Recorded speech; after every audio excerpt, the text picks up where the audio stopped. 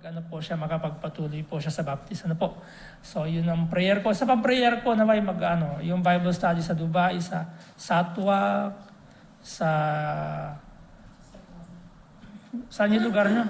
Sa Jebel Ali, Sister Connie, ngayon kasi yung gawain sa Dubai, meron sila sariling kung ano yung nawitisan nila sa kanya na yun. Kung ano yung minitisan natin sa atin yun. So yun na yung usapan namin ni Pastor Ben. Okay, sinabi ko sa kanya since then, kasi ako, bago pa meron na tayong Bible study sa Dubai. Okay, hindi ko pwedeng alisin yun. So, yun ang sinabi ko sa kanya. Okay, and then ang prayers ko, yung Ajman, magkaroon tayo ng Bible study. Yun talaga ang isang pinag-pray ko. At sa Sharjah, wala tayong Bible study sa Sharjah eh. Nawala yung Bible study na sa Sharjah. So, praying na meron tayong, kasi doon tayo nagtuturo at doon sila mas na-edify ng salita ng Diyos.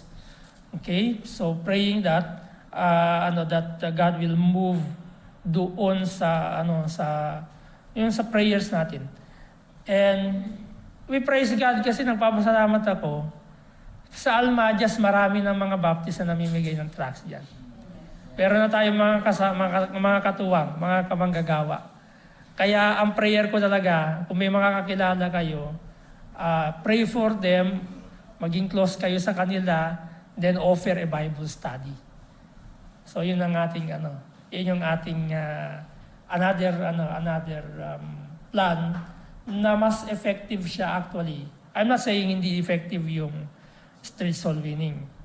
May mas malaking advantage kapag halimbawa si Dayan may mga ka-office mate, kaibigan niya, tapos pwede bang mag-Bible study tayo dito, bahay niyo. Minsan siyempre sa first, second, third attempt, magre-refuse yan. Continue ka lang until such time. Sige, papayag na yan. Okay? Ito mo si Joel, ilang beses ako sa kanya. Si Dr. May, lagi kong kinakamusta kay Sister Con. Kaso lang, kinuha ko na yung number. Parang walang nangyayari. Pag sabi ko, ako na yung personal na mag-message kasi pag nire-relay ko, hindi pag ako, hindi ko naman sinasabing dahil advantage ba, pastor ako, hindi. Sabi ko, so pinagpe-pray ko kasi yun. So salamat dun sa Panginoon. And Lord willing, ulitin ko, magkaroon tayo sa Sharjah, sa Ajman. Okay? And then, nandiyan na ba yung Kuwait? Okay, good morning sa Kuwait, brethren. Mapayapang araw sa inyo. Blessed Sunday. At kung naririnig yung dagundong dyan, dumadagundong din dito. Yung mga bomba. Okay, so... but I don't know why wala akong fear hindi naman din sa natutuwa ako. It is because I'm glad because God fulfilling according to His word. Doon kasi yun ang tinatawag na sa historical namin, yun ang redemptive progressing redemptive story ng Panginoon. Nandun yung redemptive works ng Panginoon to pursue and to accomplish according yung task niya or yung plan niya sa bawat tao.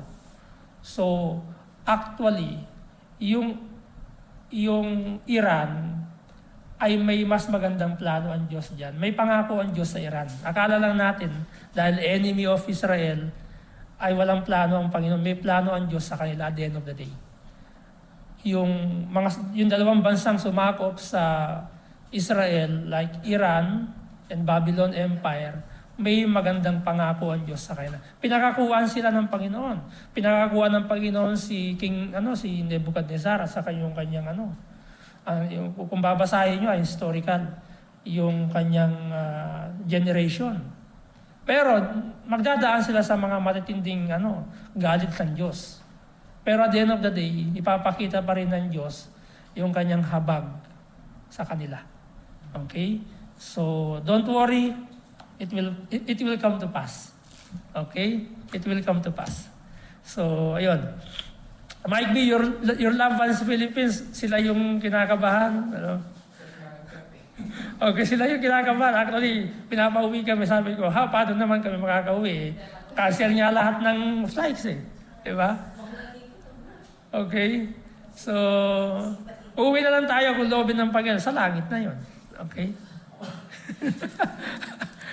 Okay, so huwag kayong maggalala. It will come to pass. So now please open your Bible. In our lesson sa Sunday School, 2 Corinthians chapter 10. And I think nasa bro?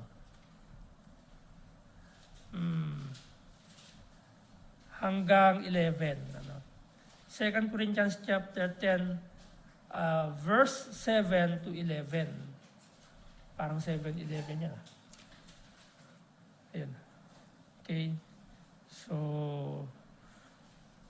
nandiyan na po ba kayo? Okay. So, babasahin ko sa inyong paningin at sundan po ninyo at nilay-nilayan po ninyo habang aking pong binabasa. Kung ano po yung sinasabi ni Paul. Kasi itong chapters 10 to 13, ito'y patungkol sa defense of ministry. Kasi merong mga nagkikriticize kay Paul sa ministry niya. Hindi lang si Paul, kasama yung mga apostol. Okay? Yung kasama niya dyan na kinriticize si lahat ng mga apostol. Okay? Kaya yun yung defense ni Paul, not only on him, even dun sa mga kasama niyang servant or kasama niyang lingkod ng Diyos na mga apostoles. So verse 7 ng chapter 10, if you open your Bible, just follow me as I read along. Okay, hanggang 11 lang naman yan. Or I will read up to verse 18 kasi 2 points na lang. Recently, natapos na natin yung truth number 1. Nag-stay ako almost 2 weeks yata yun, almost 2 Sundays, so to speak. Verse 7, do you look on things after the outward appearance?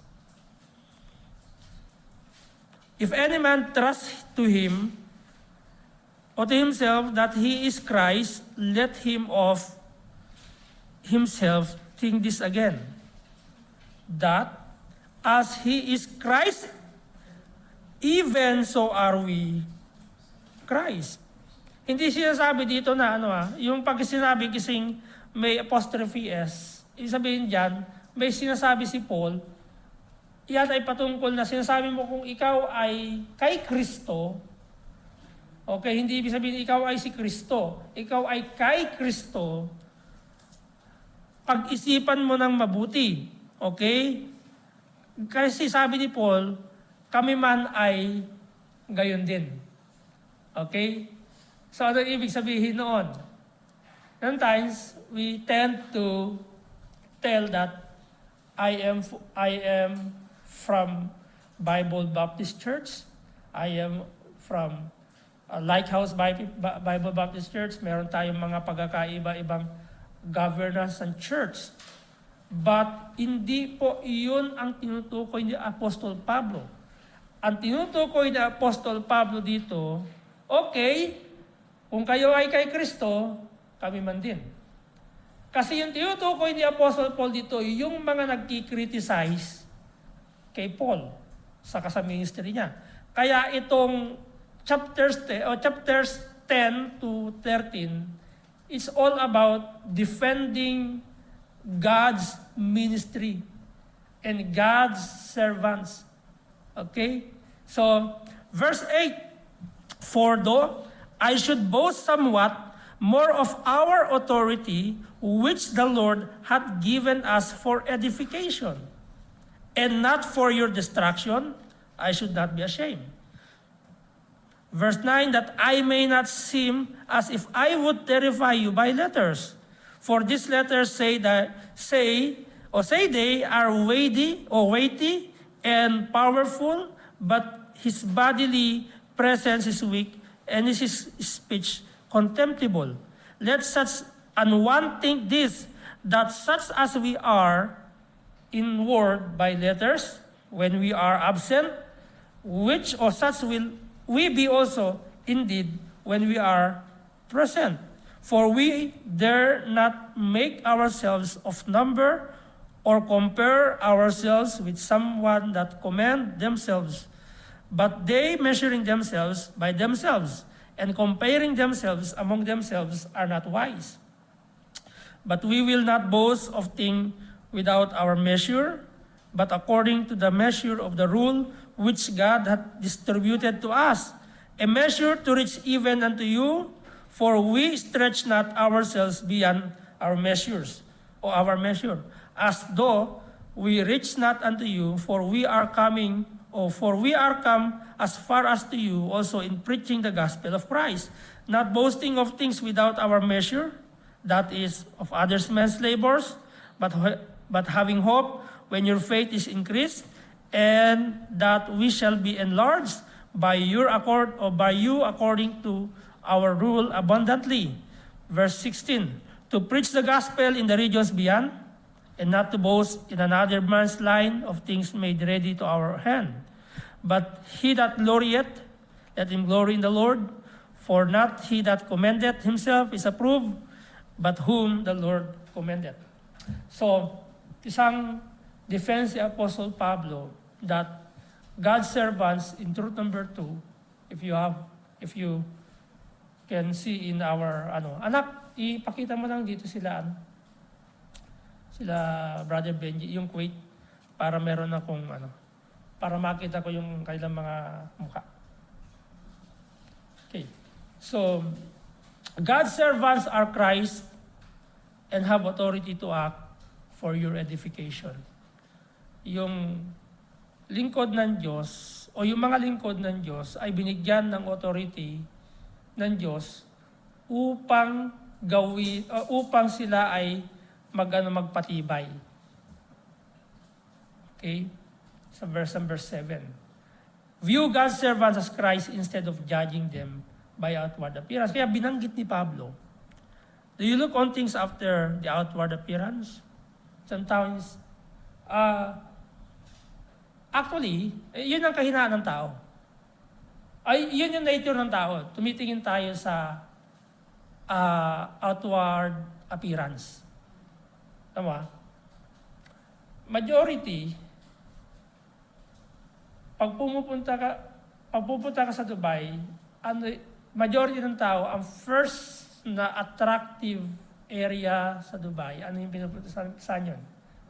Burj Khalifa. Nung wala pang Burj Khalifa, Buljar Arab. Yun yung mga attractive. They are looking on the outward. Okay? Sa ministry, ano yung kino-consider ng mga Christian, majority ng mga Christian? They are looking on what? They are looking on the success of the building. Mag-join ako dyan kasi magaling yung pastor dyan. Makiki-join ako dyan kasi dynamic yung pastor dyan. Or makiki-join ako dyan kasi maganda na yung kanilang building. Paano naman yun ng mga nag-i-start? Alam mo, marami ang mga nag-i-start from the beginning, parang ayaw mong umaten kasi nga, una, walang electric fan. Pangalawa, yung mga upuan, rugged. Alam mo yung rugged, nakaupo na kayo rugged na yung mga kahoy, na kapag umupo ka, masasalubsub, magkaroon ka ng yung mga ng kahoy. Diba? Tapos, ano pa yun? Open air, o mainit pa. Ito mo, people who criticize Paul's ministry or apostles' ministry, actually, those criticize Paul here in this passage, they are Corinthian believers. And might me, they are leaders of the church or other church. Kaya dinefend ni Paul yung kanilang ministry. Kaya sa first sentence ng verse 7, that is a rhetorical questions of Paul to those believers. Do you look on things after outward appearance? Ngayon, ano ba pinupuntahan niyo sa church? You are believers right now. Ano yung pinupuntahan niyo? Bakit kayo nag-church? Aside from worshiping God,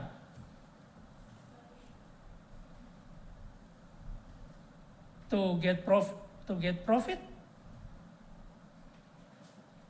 Yes, both. Ano ba yung nakikinig ng salita ng Diyos? Profit yun sa'yo. Pero ano pa yung isang side na tinuturo ni Paul? Tumulong ka sa church. Instead na i-criticize mo ang church building, why don't you suggest and why don't you help the building? Ang dumi ng church.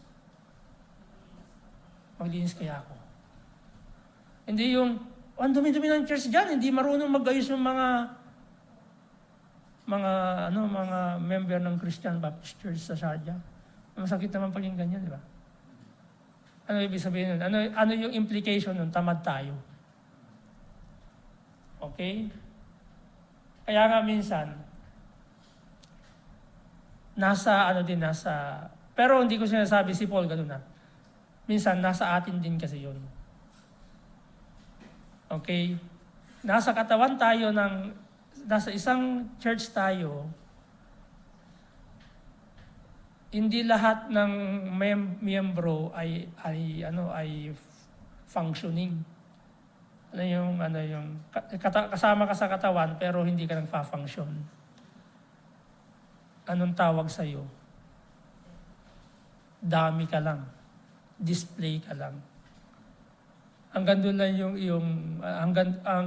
doon lang yung iyong ginagawa. Hindi ka nagpa-partake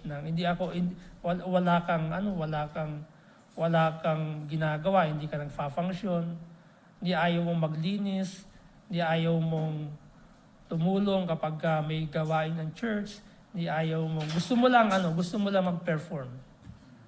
Gusto mo lang tumayo dito. Gusto mo lang mag-preach.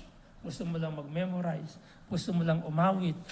Pero pag nag-uusapan na yung beautification of the church and helping the ministry, pastor, kayo na lang. Kaya minsan, nakikriticize tayo, you know why? Because you, brethren,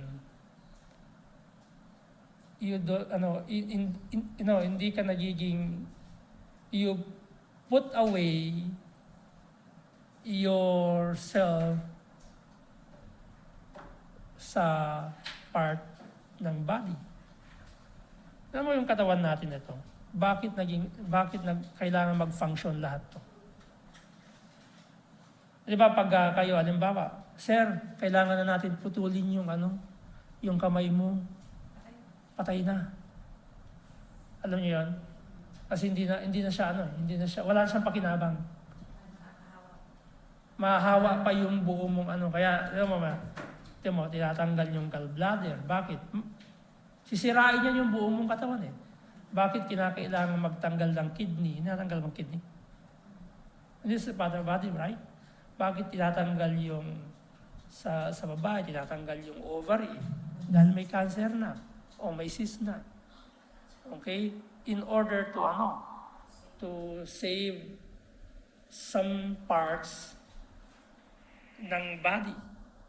Diba? Tinatanggal yung tenga kasi wala ng pandinig. Diba? Correct? Ngayon, look on yourself. sa ating sarili. Am I part of the body of Christ? Did I do my parts as the body or parts of the body of Christ? Correct? Ito, actually, yung implication nitong passage na ito, tinitira nila yung kapwa nilang katawan. Kaya nga tinan nyo sa verse, second sentence, after ng kanya rhetorical question, if any man trust to himself that he is Christ, let him of himself think this again, that as he is Christ, even so we are. Okay? Sa Tagalog, basahin ninyo. Meron ba kayong Tagalog dyan? Mabasahin ko sa Tagalog. Verse number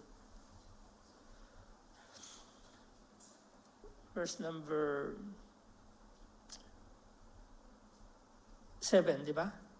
Minamasdan ninyo ang mga bagay na nahaharap sa inyong mukha. Yung mga nakikita lang. Kung ang sino man ay mayroong pagkakatiwala sa kanyang sarili na siya ay kay Kristo, ay muling dilidilihin o isipin na dilidilihin kasi ito sa kanyang sarili. O sarili na kung paanong siya kay Kristo, ang sabi ni Pablo, ang sagot niya sa kanila, kami man ay gayon. So, like, paano mo tawag dito yung pupulaan ang sarili mong katawan? Did you ever tell your body, ang pangit-pangit ko? As much as possible, sinasabi mo, ang cute-cute ko eh. Diba? Ang pogi-pogi ko. Ang puti-puti ko. Diba? Sasabihin mo ba sa sarili mo? Ang itim-itim mo? Diba? Parang baliw. I use the word baliw ka. Kaya nga sabi ni Pablo dito, brethren, no? Ito yung implication. Sabi niya, actually sa ibang salin ng Tagalog ito, kami man ay gayon din. Okay? So, ulitin ko mga kapatid, kaya minsan nakikriticize, it is because, in a way na, i-demonstrate natin at nakikita ng iba, kaya nakikriticize. Pero kasi dito tinutukoy ni Pablo, mag-isip kayo. Bakit nyo kami, paraphrase na ito, no? Mag-isip kayo, bakit nyo kami tinitira kung kayo lingkod ng Diyos? Kami man din lingkod ng Diyos. Correct? So, ulitin ko, maaring some are confident that they belong to Christ, but judge others as not belonging to Christ because of lacking in outward attractiveness. Bagamat, hindi maganda church natin. Yun kasi ang tinitingnan ng iba. Kaya as much as possible, I'm not saying, na lagi ko kayong ina-encourage, yung bahay ng Panginoon, kung meron dapat may pinakamagandang lugar na pinupuntahan ng tao, bahay ng Panginoon yun. Yung pagpasok pa lang, maayos. Kasi, magbibigay ng dun sa first impression ng atin, yung mga tao dito, masisipag. Gusto nyo bang may bisita tayo? Sa pagpasok pa lang. First impression nila, hindi marunong mag-ayos yung mga tao dito. Actually, tayo ang nag-i-inject. Walang problema sa gospel. We truly preach the gospel to them. There's no wrong. But demonstrating the gospel to them, it should be seen sa ginagawa natin. We are not talking about this spiritual, We are talking about both inward and outward. Hindi tayo Pariseo they are just maintaining their what? Outward appearance. They are good in talking. Okay? Marami na magagaling magturo. But what about their inward appearance or inward lives? Are they spiritually matured inwardly? Ulitin ko, pwede ako magsalita. Kaya nga sabi ni Pablo, maraming mas magagaling sa salita, pero yung nasa loob, madumi. Okay? Huwag nating hayaan na mapulaan ang ministry dahil sa hindi natin ipinapakita sa gawa. Kasi ito mo, may mga Kristiyano salita lang eh. Magaling magsalita, magaling magturo, magaling mag-Bible study. Pero kulang, hindi nakikita yung gospel. Kasi ang gospel, nagbabago ng buhay ng tao. Ano yung pastor? Karakter lang ba babaguhin? Hindi. Hindi lang karakter. Pati yung ginagawa mo sa loob ng bahay at sa labas. Pag-aayos mo ng gamit mo. Paglilinis mo ng sarili mo. Ito mo, makikita mo ang bata na natututo, pagkagising pa lang marunong nang mag-ayos. Doon nagpapakita na nakikita kahit sa mga gawang pangbahay man lang, pangbahay yan, nakikita yung pagbabago. Okay? So we should consider others again based on spiritual belief, service, self-denial. Those have this characteristic are Christ just as much we are. Sabi ni Paul sa verse number 8, sa verse number 7. A surface view involves seeing the things we do not like about someone without considering their spiritual identity. Meron kaming illustration, meron kaming 1,000 stainless bin na pinaglalagyan ng powder ng lahat ng gamot. Ang trabaho ko is to inspect not just the outer surfaces, even yung inside, inner surfaces ng bin. I-check ko yun, kung kailangan ginagamitan namin yun ng yung test kung may bakterya. Kasi namin yun ginaganyan namin. Hanggang dun sa pag meron kahit na naiwang small particles doon na kumapit, fail yun. Papalinis ko ulit yun. Okay, bakit? It will cause what? Contamination. To damaging the next product they will put into that bin. Okay? So, hindi lang yung trabaho ng QC, hindi lang tumitingin sa panlabas. I-check nila yun, iti-test nila. May test, swab test. Okay? I-check nila kung 100% na wala ng bakterya. Okay? We should see ministers with spiritual eyes, not just looking at outward values. Yun lang kasi tinitingnan natin, magaling yan, practical yan.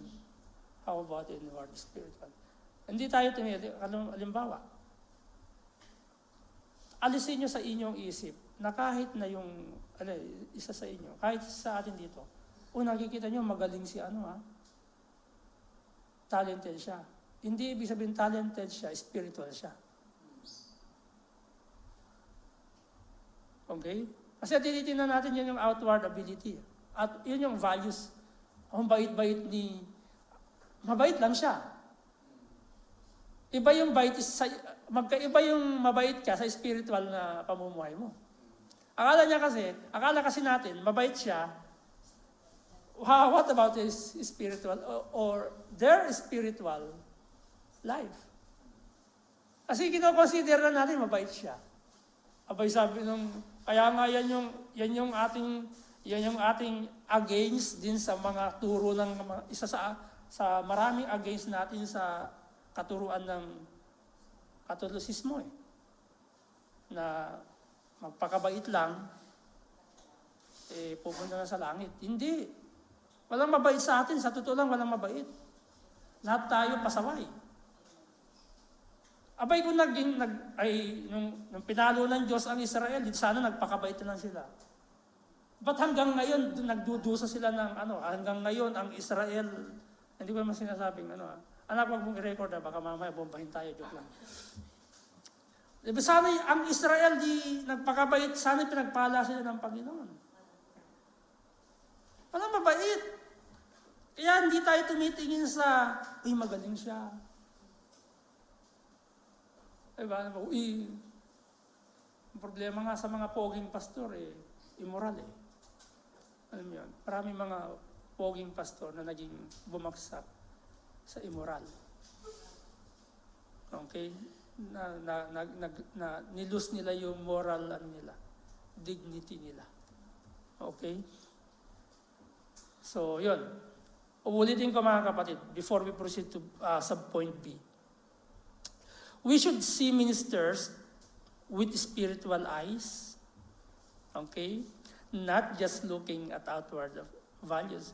Ano namang silbi kung yung pastor laging naka-necktie, naka-Americana, ang bango-bango, magaling magsalita, ano ba?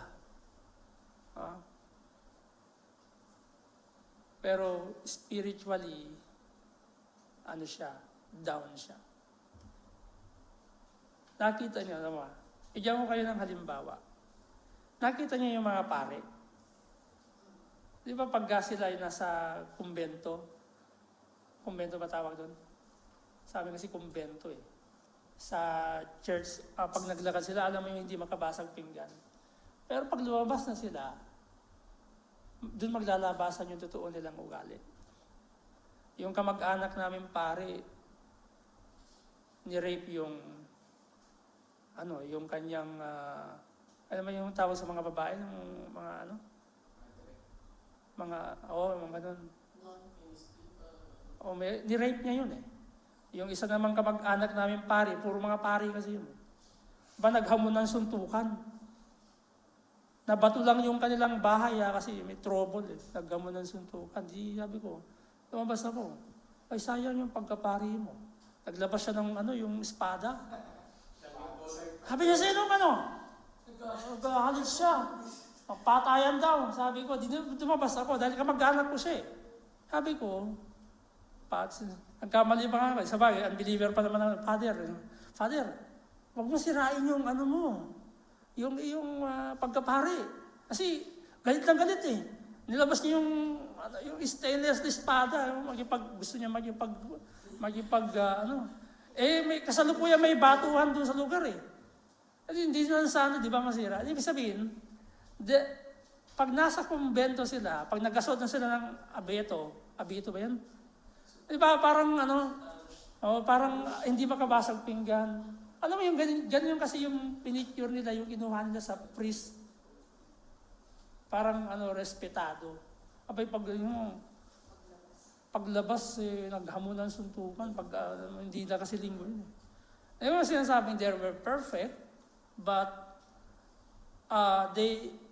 respetado sila kapag nandun sila sa simbahan. Pero paglabas nila, makikita mo yung tunay. Yung nasa loob sila ng church, hindi nakikita yung sa labas. Yung isa naman, galit na galit. Kasi, yung magkakamag-anak, alam mo yun, ni-rape niya, tapos galit na galit, may asawa yung babae. May mga anak. Di galit na galit tuloy yung mga kamag-anak ng babae dun sa kanya. Diba? So, ibig sabihin, hindi tayo magbabase kung ano yung nakikita nyo dun sa Alam nyo, both we you and me are responsible. You are responsible to pray for your ministers, that God, O Lord, please give our pastor knowledge and wisdom. And, even though I am a pastor, I'm still praying for that I may grow and grow and grow. To become mature. Alam nyo, hindi ko naman sinasabing, yung sa BGMBC, matatagal na sila mga pastor. Alam nyo sa prayer request nila, they are still requesting for spiritual maturity until Christ comes. Alam mo, Dr. K, yun ang prayer request niya. Diba? Pastor Cornelio, yun ang prayer request niya. Tayo, anong pinapipray natin? Pera. Diba? And actually, I'm blessed. Kaya sabi ko, ang prayer request ko to become to be matured, to grow spiritually until Christ come. Okay? So that's our goal. So again, we should see ministers with spiritual eyes. Letter B. God gave us authority to build up others, and we are not ashamed to use it. Verse number 8. Ang sabi ni Paul, for though I should boast somewhat more of authority, diba? Pag sinabi mong salitang do, yung the word sa Tagalog kasi, sa verse 8, sapagkat bagaman ako ay magmamapuri ng marami tungkol sa aming kapamahalaan na ibinigay ng Panginoon sa ikapagtitibay sa inyo at hindi sa ikagigiba ninyo, ay hindi ako mapapahiya. Parang sinasabi ni Pablo, another way. Like, may karapatan na akong I have the rights to boast.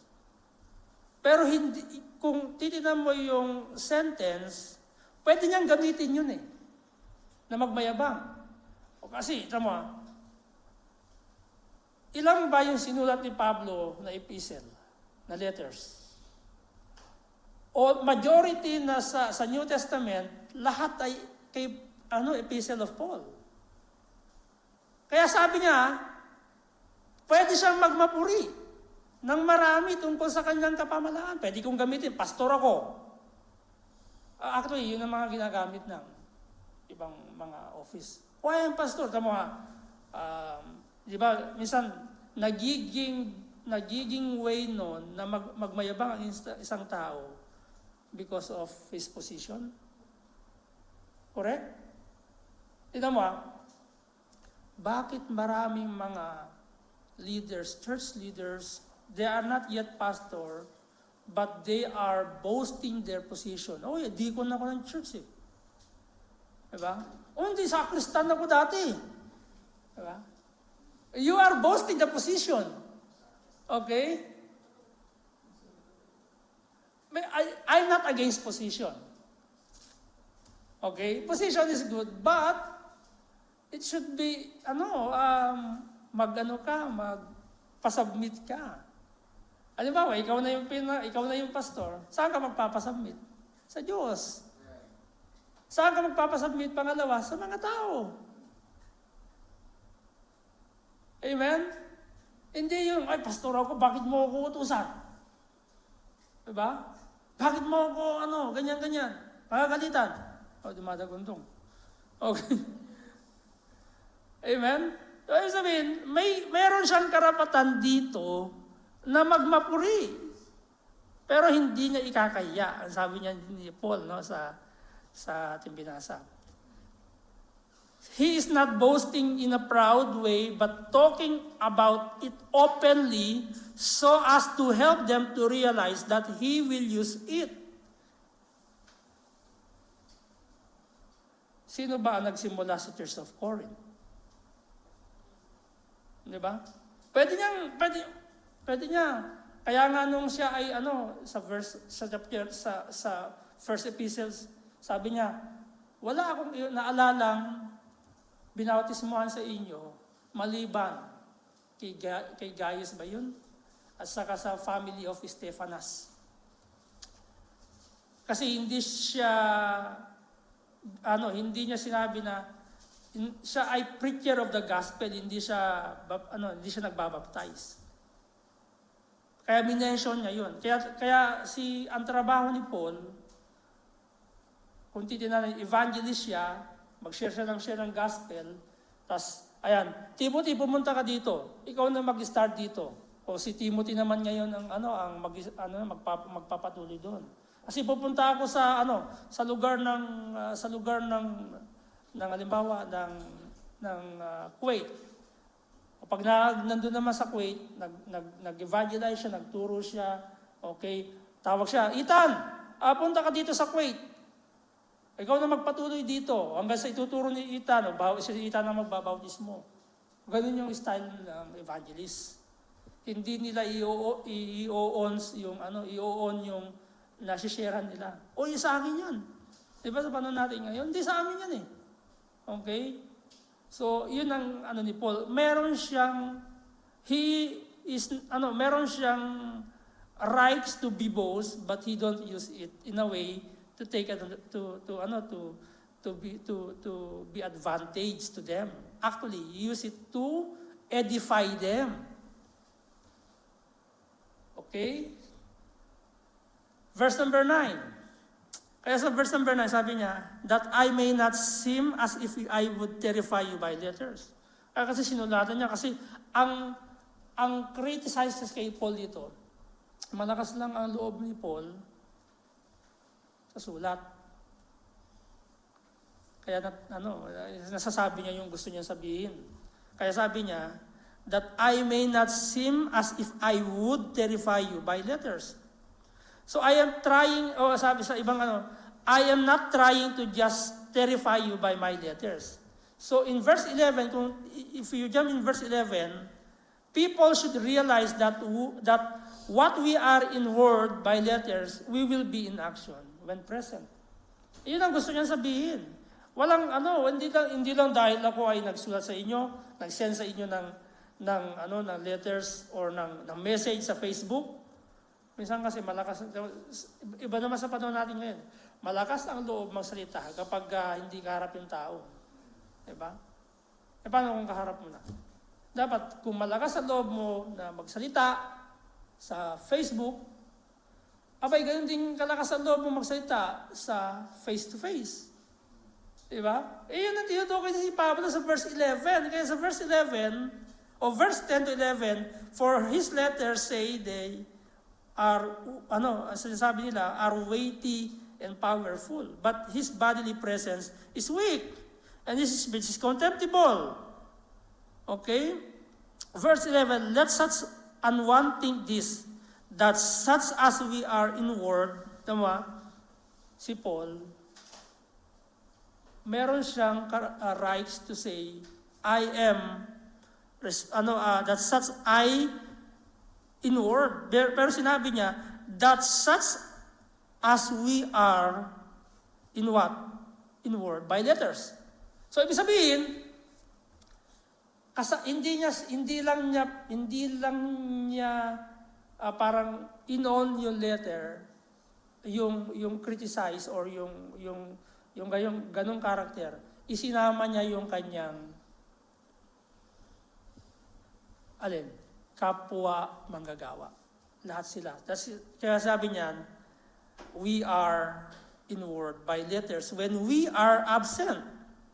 So, sabihin, kasama yung iba na kinriticize dito. Kasi kung kinriticize mo si Paul, kasama na rin yung mga bunga ni Paul, yung mga yun eh. Correct? Bunga ni Paul yun. Si Timothy, bunga niya. Si Titus, bunga niya. Lahat yung mga yan, mga disciple ni Paul. Okay? Sino ba? Si Philemon, si John Mark, sino ba yun? Yung medyo sikat na barong na binibili ni Pastor Ben. Si Onesimus, sa kulungan. Mga disciple ni Paul yun. Okay? Si Onesimus, ang nag-disciple naman kay Paul, sino? Sino nag-disciple kay Paul? Si Barnabas. Okay, kaya yun yung Barnabas Bulacan Christian Academy. Mga nagdi-disciple. Okay? So yun. Nasa na tayo? Okay. Let's proceed. So, Paul's letter are weighty and powerful, but his bodily presence is weak and his speech contemptible daw. So indicates what critics are focused on and value in a minister, an impressive presence in stunning speaking ability. So yun yung criticism nila, malakas ang loob mo, pero actually mahina ka naman, hindi ka naman ganun ka Parang yun ang criticism mo kay Paul sa kasama niya. Pero sinabi ni Paul sa verse 7 na ganun din siya kapag na hindi lang sa letters, pwede siyang maging malakas sa loob na sabihin. Pero meron kasing exemption na sinabi si Paul. Baka ma-offend ka pag ako nang salita sa iyo ng face to face. Mas lalo kang matakot. Okay? Ano na may kakatakot ni Paul? Siya ay galing doon sa mananakot. 'Di ba? Ginawa na nga niya sa pinersecute na nga niya yung mga Kristiyano pero ginamit siya ng Diyos. Okay? So, number 3, God gives minister authority to build others up. Verse 8 allude to Jeremiah who had the ministry of tearing down. Kung babasahin yung buong book of Jeremiah o prophecy of Jeremiah, yung ministry ng Jeremiah is to tearing down naman. Kasi yan yung sinasabi ng Panginoon Ito kay Paul, si Paul kasi yung New Covenant preacher. Yung New Covenant, New Testament preacher siya. So, but Paul and other New Covenant minister have to tear down, punish or discipline, and make people sorry with painful visits and letters in order to build up, which is the ultimate goal. Ano ba yung ultimate goal ng tear down? Hindi ibig sabihin tear down to degrade you. Tear down here is what? To discipline. Bakit? Why we need to discipline? Why we need to discipline? To gain them. Okay? That hindi para sila masaktan. Hindi para sila ay matanggalin sa church. Actually, ang ginagawa ni Paul dito is to build them up. Yun yung ultimate goal. Ang ultimate goal ng rebuking is what? To gain them. That's why we rebuke. Okay? So, wag kayong matakot mag-rebuke pag mali yung ginagawa. Kasi you want to gain them and to edify them and to build them up. Yun yung trabaho ni Paul in his ministry. Bagamat merong nag-criticize sa kanya, but Paul and other apostle they defend the ministry. Okay? Amen? So, ulitin ko mga kapatid, maaaring may nag-criticize sa inyo, pero yung mga nag-criticize na yan, na mga kapatiran, you can talk to them in a nice way. At to gain them, hindi para lumayo sila sa iyo. Build them up. Build them up. Wala tayong ibang gagawin is to build them up. And ipakita rin natin na yung dinidepensahan nating ministry ay worth it. Kasi kaya naman kasi minsan, ulitin ko, kaya minsan, nag-criticize tayo kasi ipinapakita natin yung mali. Kaya nag-criticize tayo. Kaya kung kinikriticize ka at hindi ka guilty, you have the rights to rebuke and to gain them and to punish them or to discipline them.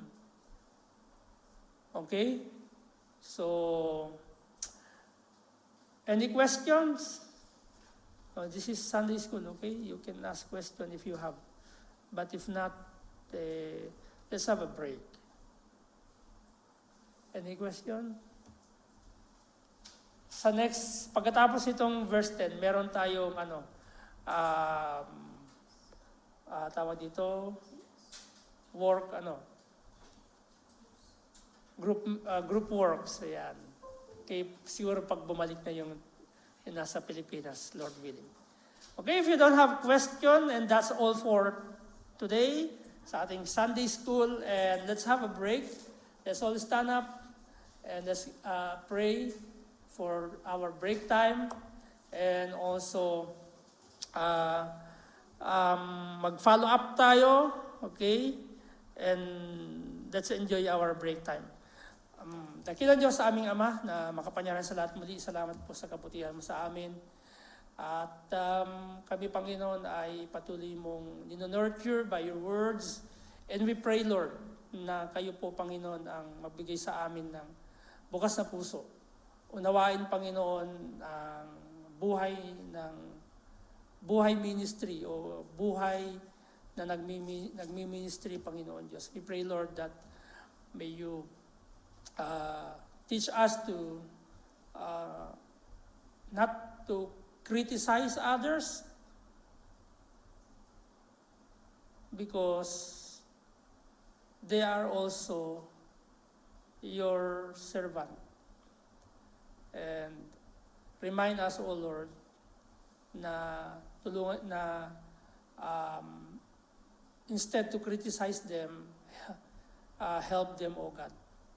We pray, Lord, sa amin pong mga kapatiran sa ibayong lugar, ang pag-iingat mo, yung protection mo, and remind them that everything na nangyayari ngayon is according to your words. So we don't need to worry.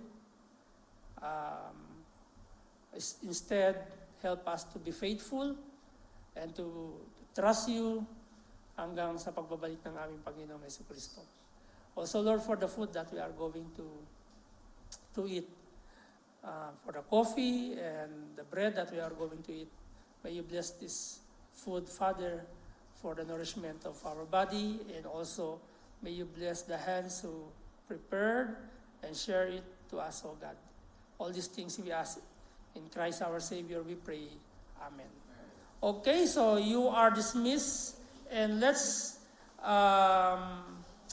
resume our worship service at 10:30. Okay, stay tuned and see you at 10:30 in our worship service.